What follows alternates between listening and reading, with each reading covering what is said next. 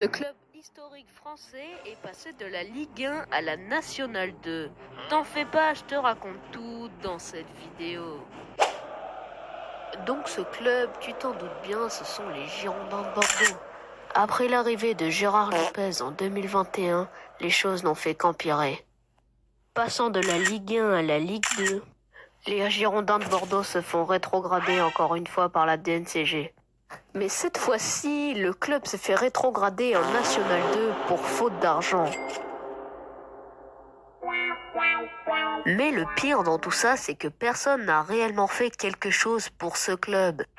En effet, les Girondins de Bordeaux ratent leur montée en National 1 en finissant 4e, ce qui est plutôt désastreux pour un club aussi historique en France.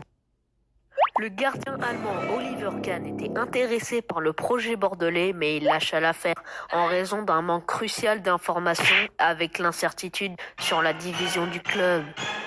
Mais la question que moi je me pose, c'est comment les Girondins de Bordeaux en sont-ils arrivés là en si peu de temps ? Parce qu'en début de vidéo, je vous avais dit que depuis l'arrivée de Gérard Lopez en 2021, les choses n'avaient fait qu'empirer. C'est pour ça que là, on va pas s'intéresser aux Girondins de Bordeaux, on va plutôt parler de Gérard Lopez, le président actuel des Girondins de Bordeaux.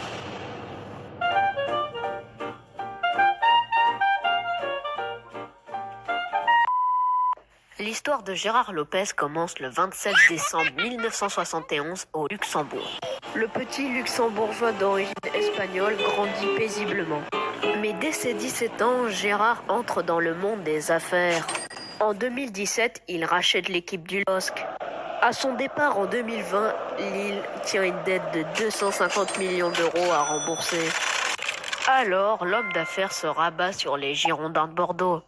Bilan, le club a une dette de 90 millions d'euros à l'heure actuelle. C'est la raison pour laquelle la DNCG a rétrogradé les Girondins de Bordeaux pour faute de budget avec une dette de 90 millions d'euros.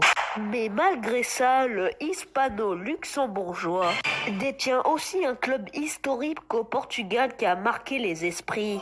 Ce club, tu t'en doutes bien, c'est le club de Boa Vista au Portugal.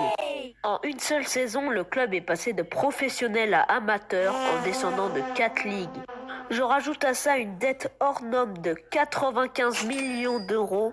Une énorme dette dont le club n'est pas prêt de rembourser.